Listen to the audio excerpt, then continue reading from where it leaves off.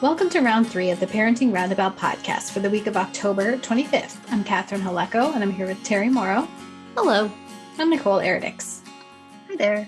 We're moms of teens and young adults, and when it comes to parenting, we've been there, done that, bought the t-shirt, which was probably as a fundraiser for something. That's why we bought the shirt. We're still waiting for that day when we'll reach the finish line and have no further need to lay down in a dark room with a wet rag over our eyes, worrying about something or other. Wednesday is complaint day here on Parenting Roundabout, and today we're complaining about fundraisers, one of the banes of the modern day parent, right? Yeah. Oh boy.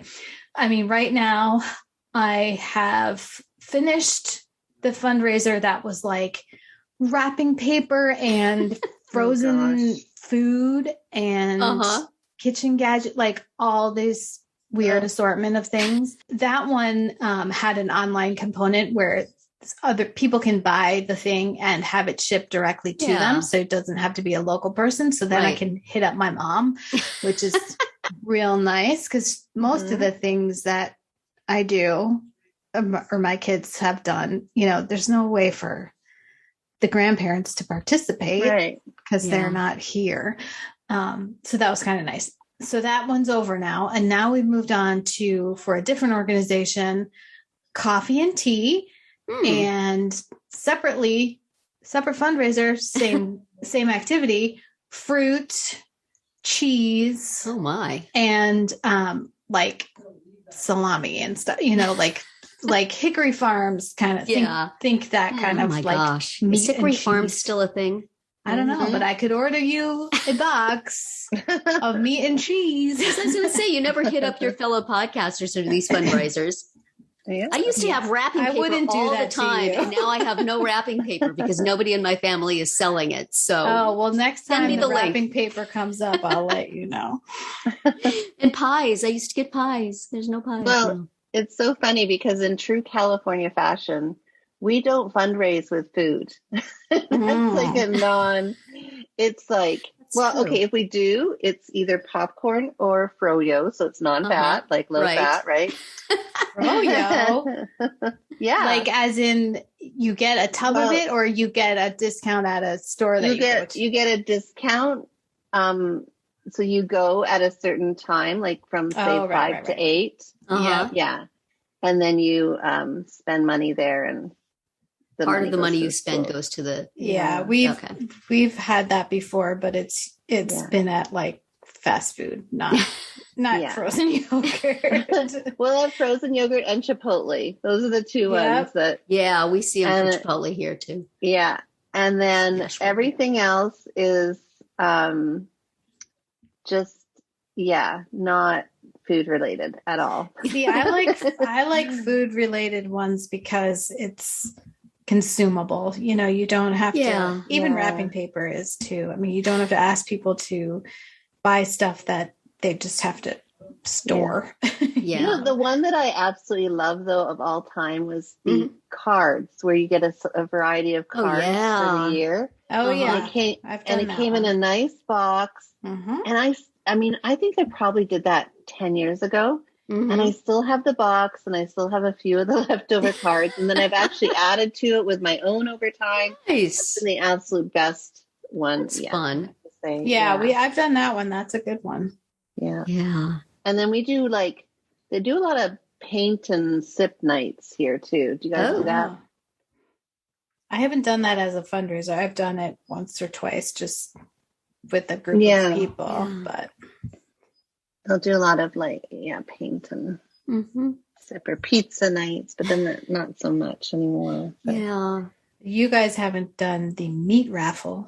No. We do here in the Midwest. No. In the hardy Midwest, we do a meat raffle, and the prize is like a bunch of meat, but also a chest freezer to store it in. Oh, wow. Like if you win the whole thing, that's amazing. That's what you get. You know what, Catherine? I did grow up with meat raffles though. Yeah. It was for hockey. So. Northern Canada. We did meat raffles. That is a site-specific thing right there. Isn't it? Right. think we do car raffles, but I don't think I've ever seen a meat raffle anywhere I've lived. Maybe they were having them in Kansas City, and I didn't know anybody. You didn't know anybody with kids. Yeah. They did do the car washes until were in a severe drought, and then it became kind of bad form. Yeah, the band has car washes here, so that's always nice. The car washes are nice, except that we live right next to the high school, and so on car wash day at like about 8 a.m., I start hearing car wash through my window. Car wash up here, and I'm saying, "Oh my gosh, I'll give you $20 if you just shut up for a while." Saying that. How much of a donation would get you to go to the other side of the high school to yell that? My son's choir did a car wash pretty recently, like a couple months ago, and they got a gas station to let them have it there. Mm-hmm. And the swim team was like diagonally across the street at a different business having their own car wash. Oh dear. So it was quite competitive. It was just like they got all the cars that were coming south on that road, and oh my. So they did okay. I mean, they still made some money. So. Yeah. Well, I just wish go ahead. I could donate money. Like the fundraising thing. Yes. I mean, there was for my daughter's tennis team, they had to stand outside a grocery store, and they had to do 3 to 4 hour shifts where they were just accosting people who came into the store and asking them to buy a ticket to, I don't know what it was, some event. But I just felt bad for her. I'm like, let me write you a check. Yeah. But then she had to show up with the number of tickets or something like that. So yeah. I mean, I find like in most of my kids' activities now, there's a lot of fundraisers, but they're optional. So you can choose to participate or not, depending on if it works for your family and, things like events, obviously, like a car wash or a grocery store ambush, they, you have to do. But do you guys do the poinsettias at Christmas? The figure skaters do that. Yeah. Yeah. That was a nice one. Yeah. Yeah, that's a good one. And actually I just had the other day, there's an organization here it's kind of like Boys and Girls Club or Scouts, or it's just like a place and I don't know how you describe it, but anyway, they do wreaths every year, and those would be nice. We always buy from them. So one of the organizations at our high school put on Facebook that they were having a salsa fundraiser, that you would order salsa from this place online, and they would get like $3 for every jar. And I thought, well, you know what? I like salsa. I'll support this group. And so I went onto this thing, and of course the salsa costs way more than $3. And then there's shipping. And it wound up, I was spending this ridiculous amount on salsa, and I thought I should have just sent the kids a check. Right. It's just because what are they, with a lot of these things, I wonder how much the organization actually makes from it. Right. And it reminds me of when I was in high school, the big fundraiser I participated in was selling tickets to choir concerts. We would honestly go door to door trying to sell tickets to our concerts. And it was very competitive. And if you sold a certain number of tickets, you got to go on a trip. So we were serious about it. And I got a tip from one of our top sellers in the choir that what he did was you would go to the door, you would ask them if they wanted to buy a ticket, and they said, oh, no, thank you. And you could say, well, if you want to just, pay for a certain number, we'll donate it to a senior citizen center. And people would buy them. People want to donate. They just don't want to go to the concert. Right. So maybe there needs to be that option on anything. You can buy 2 jars of pricey salsa, or you can send us a check for blank amount. So many people would do that, don't you think? The one that, the wrapping paper one that I was saying, I could send it to my mom to order. They just have straight up an item in their catalog that is donation. Yeah. So you can just very smart. say, actually, I've seen that too. I'll donate. Is there like, if you give us $25, thank you very much. If you give us $50, we won't bother you again for 1 year. Right. The special $100 gift, we will not bother you again for the entire time our child is in school. The other one that's really popular here in our community, the football team at the high school sells it. It's a card that has discounts to a bunch of local restaurants. Yeah. Yeah. So that one, but then I put that card in my wallet and I forget about it. Yes. Exactly.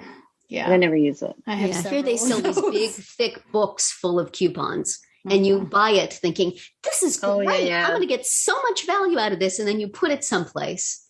And when you see it next, it's out of date by like a year. Right. Yeah. And then usually when I see it and it's out of date, I'm relieved that I can just put it in the recycling.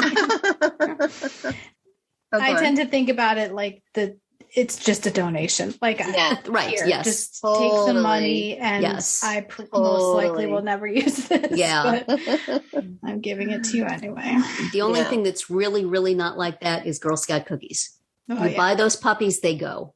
They don't sit in your closet looking like a nice donation to some girls. It's like, give me the cookies now. I wish to eat them. I have 10 bags of popcorn in my closet from a Boy Scout fundraiser at church. I guess I should. You got to send that our way. Well, it's microwave popcorn, but still, I keep forgetting we have it. Pull it out. It seemed like a good idea at the time. They had cute little Cub Scouts out there going, "Can you help our troop?" Exactly. I will buy whatever you have, little boy. Cute. Yeah, and there's certain ones that I'll always buy. Like no matter what, I will always get Girl Scout cookies. Yeah. I did that. My daughter did that. People bought it from us. Yes. I feel like I'm giving back. But there are other ones taste good. And they taste good. But then there's other ones. Like my husband came home and he said, "Oh yeah, I bought some popcorn. It was $50." Yes, it's so expensive. And then we got like a cup of popcorn. I was so mad. It's so expensive that they have to put the cutest Cub Scouts out in front to lure you in. Oh my word. And I was like, never again. And so then somebody came by the door a couple weeks ago and I looked out and I'm like, oh no. And I just didn't answer it. That's the upside of having the Ring doorbell. I just did not answer it. Like, I don't want to spend $50 on a cup of popped popcorn, not even kernels. Like, oh, wow. You don't want to spend the money, but you also don't want to say no to the kids. So it's just you hide in your back room. It's terrible. It's terrible. But I mean, you have to pick and choose. You can't do everything. It's like you should have a little sign above the Ring doorbell. Leave your Venmo and we'll get back to you. We'll make a donation, but we don't want to buy your popcorn. Oh, and that's the other thing too, is like, how often do you have cash on hand to buy these things, right? When they're in person. So, I mean, I think a lot of people are just doing Venmo now, but still. Oh, well. Hassle. But anyway. We'll never ask you for money here on the podcast. I was just going to say we should fundraise. What would we fundraise? What would we sell? Happiness. Happy listening. A good laugh. Free parenting tips. You'll get 10 free parenting tips in your inbox. I don't know. I'm not sure I'm up for that, but we'll share our parenting mishaps for you. Yeah, that'd be fun. Yeah. So you can feel better about yourself. Yes. We sell good self-esteem. There you go. The line forms right over there. Oh, wow. Too fun. Good conversation. Well, that's it for today's round 3. Tune in tomorrow when we'll obsess about Halloween decorations, and then on Friday to see what we've come up with for our Roundabout Roundup picks this week. Find all our episodes at parentingroundabout.com and talk back in the comments there, on our Facebook page, or on Twitter, where you will find us at Roundabout Chat.